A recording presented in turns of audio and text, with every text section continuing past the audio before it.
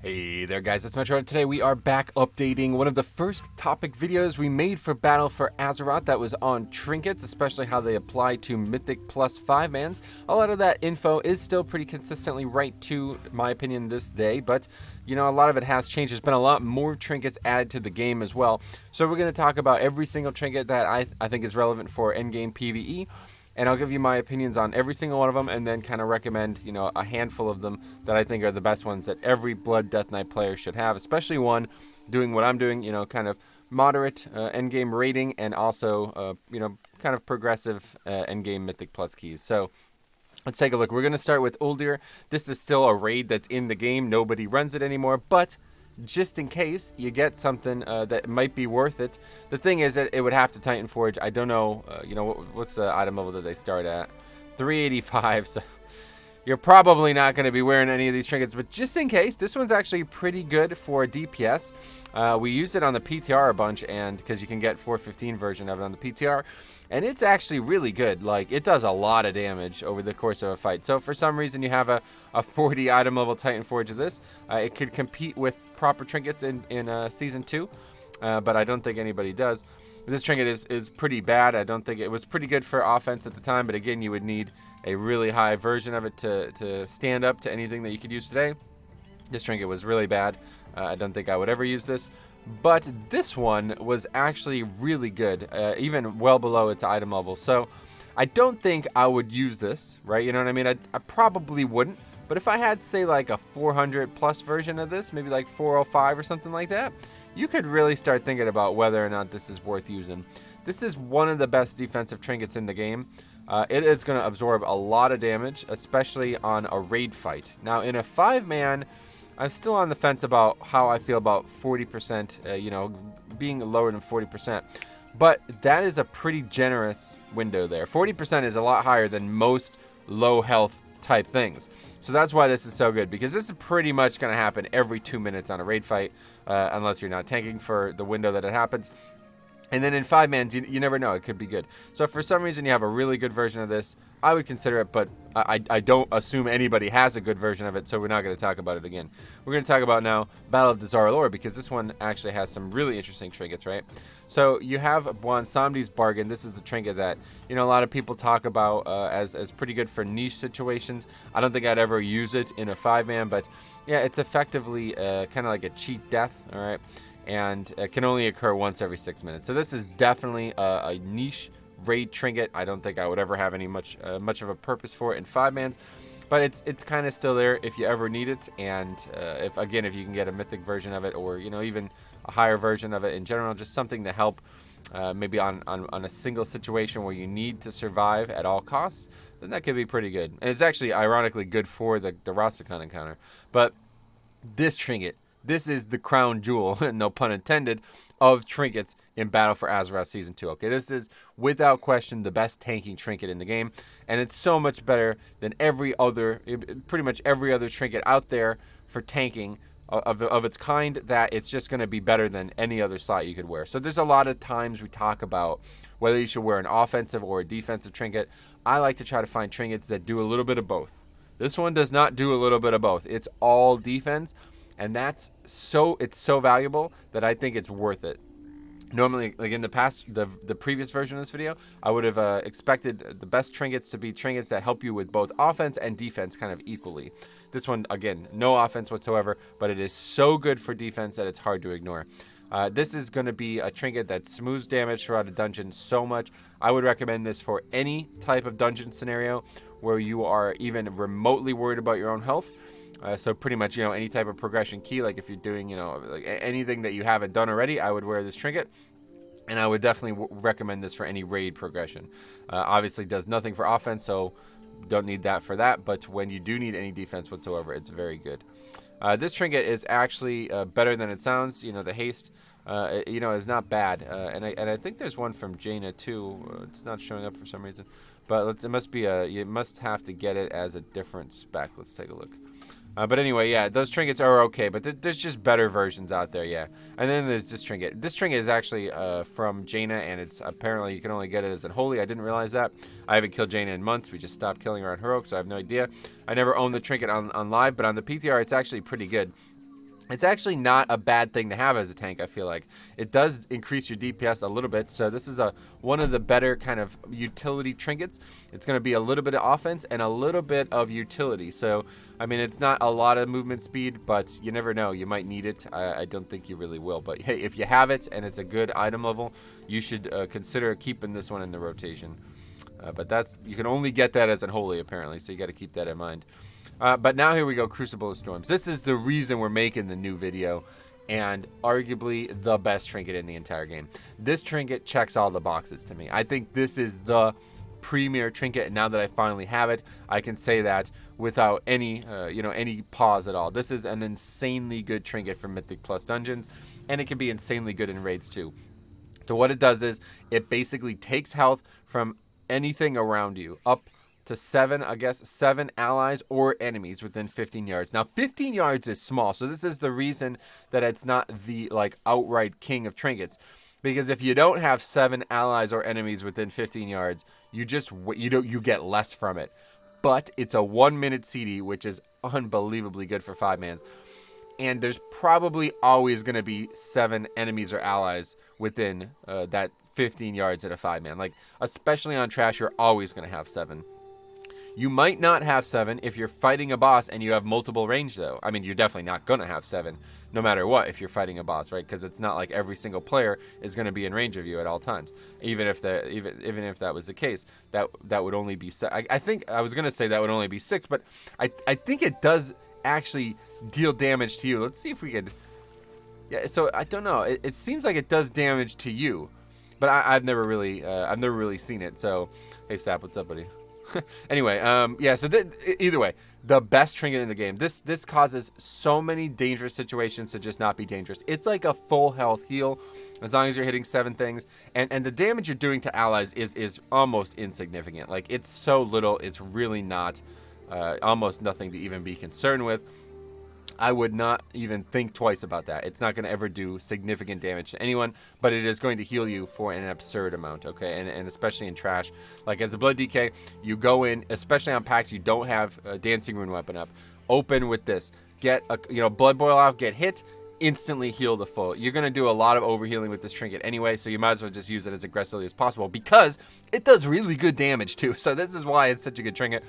Best healing trinket, probably the best damage trinket as well. It's one of the only trinkets that actually doesn't that can do both without some kind of hindrance. So just, yeah, this is top tier, tier 1, number 1 overall. If you can get this trinket, you got to wear this trinket. I was lucky enough to get a 415. It was actually traded to me, so that's very good. Anyway, let's go ahead and move on to dungeons now because there's still a lot of really good dungeon trinkets. This trinket still remains to be one of the best trinkets. The problem is, it's just getting outpaced by so many other trinkets, right? In a world where you have the Prism, in a world where you have the trinket we were just talking about from the raid, the new raid, those are just better, right? They just do things better than this one. You know what I mean? This one's good. It's very good haste. I still feel is very, very good for Blood Death Knight.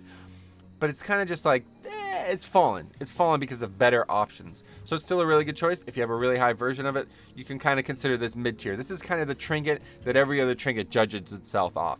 If it's better than Razan's Gleaming Eye, it's a really good trinket. If it's worse than Razan's Gleaming Eye, you probably shouldn't wear it. You know what I mean? That's the way you want to look at this. If you ever think that this, you could form your own opinion on this, right? Do you think Razan's Gleaming Eye is, say, the 4th best trinket? Then that means the 3 higher than it are extremely good, and the ones below it are extremely bad. Use that to judge where you're at with your Death Knight. Freehold has no trinkets for us. King's Rest, of course. Machimba's Ritual Bandages.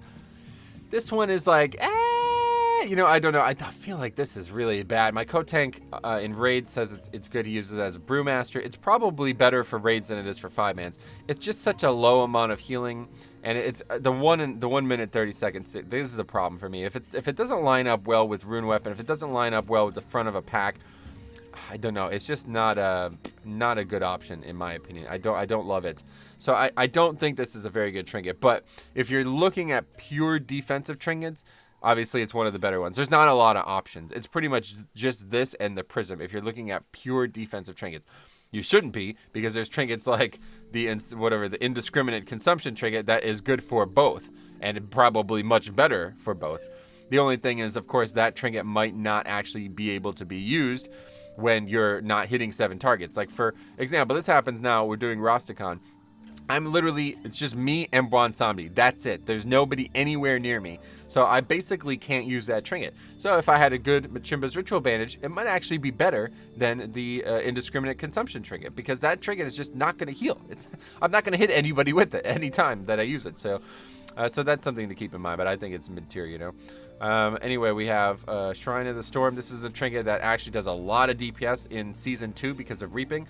If you can get this going during a big reap, you're going to do a lot of damage with it. But again, in terms in a world where offense, I feel like offense just flat out secondary to, you know, overall like a balance for Blood DK, I probably would never use this trinket.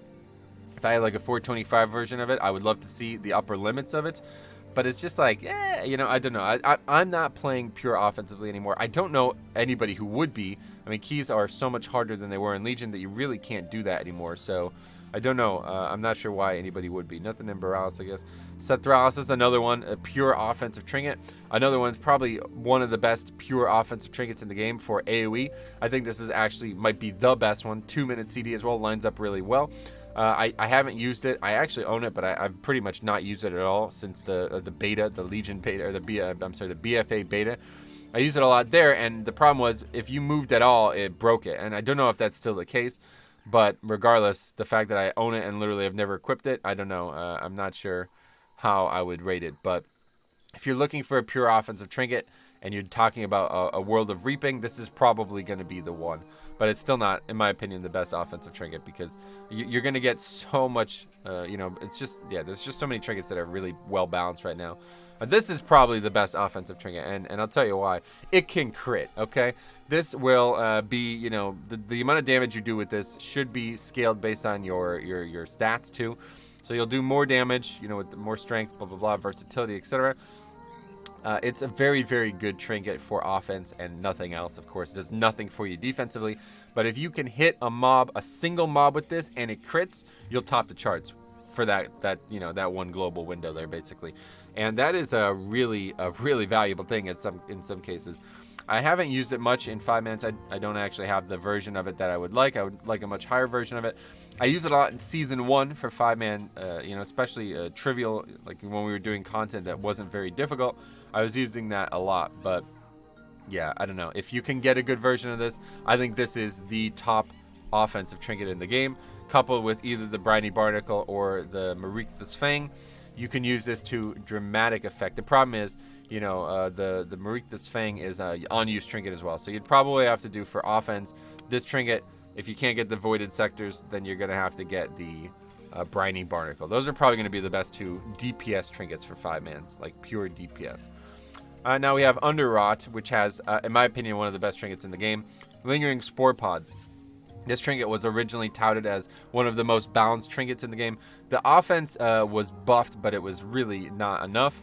The offense it does is very bad. Let's put it that way. It's not good. But it's actually better than you might expect. It's free, right? It's effectively free. The healing on it is insane. You don't really feel like you're losing any of the healing value because of the offensive value. So even though it does very little offense, it's actually better than you should be getting from this. So I feel like this trinket is just kind of under or over budget. Or no, yeah, it's just kind of like over budget. There's more on this trinket than there should be because it gives you a small amount of offense too, which is not going to really make a difference, but it's going to add up over the course of an entire 5M. But the reason this trinket is so good, if you can get a high version of it, it is going to substantially increase the HPS that you do over the course of a dungeon.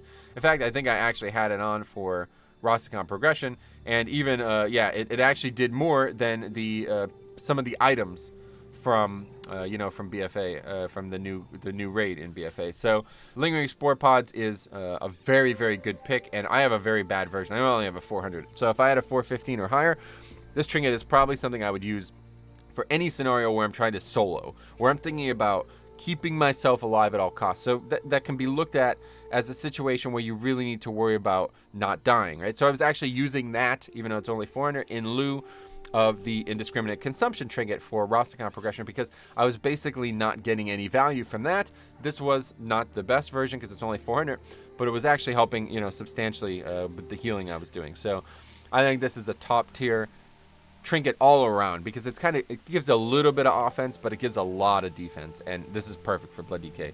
You get this extra healing as Blood DK. It's very good. Now, Vial of Animated Blood, I think it's one of the worst trinkets in the game. I had this for a very long time in Season 1. If you remember, I had a very high version of it. It was almost item level capped, so I was kind of forced to wear it because it was just the best thing I had. And, you know, gaining that amount of strength is actually really substantial. If you can use this on the pole with Dancing Rune Weapon, oh my god, you're going to have so much strength, especially with the Eternal Rune Weapon trait. You're going to just have an enormous amount of strength, but it's going to decay, not rapidly, but it's going to decay pretty quickly, to be fair. So, I don't know, I'm not really sure how I feel about this trinket, because it gives mastery, which is frankly a really bad stat anyway, and it's a 1.5 minute CD, which is among the worst things that you could have on a trinket. If you're going to have an on-use trinket, 1 minute or 2 minute, that's what you're looking for. 1.5 minute, kind of just want to stay away from that as Blood DK, because it means it's not going to line up very well with Dancing Rune Weapon. You're probably going to end up having to use it outside of Dancing Rune Weapon multiple times, and then that means it might not, like, so if you use it every minute and a half, that sounds ideal. It'd be up every second Dancing Rune Weapon, right? But what are the odds that that's going to line up that way in a 5-man? You might use it at the first, 0 seconds, and then you might use it again at 2 minutes in, because that's where it's needed in the pack, and then it's just not up again with Dancing Rune Weapon for the rest of the dungeon, basically. So, these are concerns that it's hard to alleviate in 5-mans, the randomness with it. But anyway, here we go. Jess's Howler. Now, if you know me, you've been following the channel, I actually have a hashtag 420BlazeIt, Jess's Howler, which I don't use as often as I probably should. It's an incredible trinket. Very, very, very good trinket. Lines up perfectly with Dancing Rune Weapon. 2 minute CD, of course. But the real reason this trinket is good is because it actually buffs your friends. This is really interesting. And I don't know exactly how strong that should be considered. Like, is that really good? Is that really overpowered that it buffs your friends? I don't know. But I've been using it a lot for raid fights where I don't need my survival as a paramount. So, for example, when we're doing Opulence, right? There's no danger to that fight at all as a tank.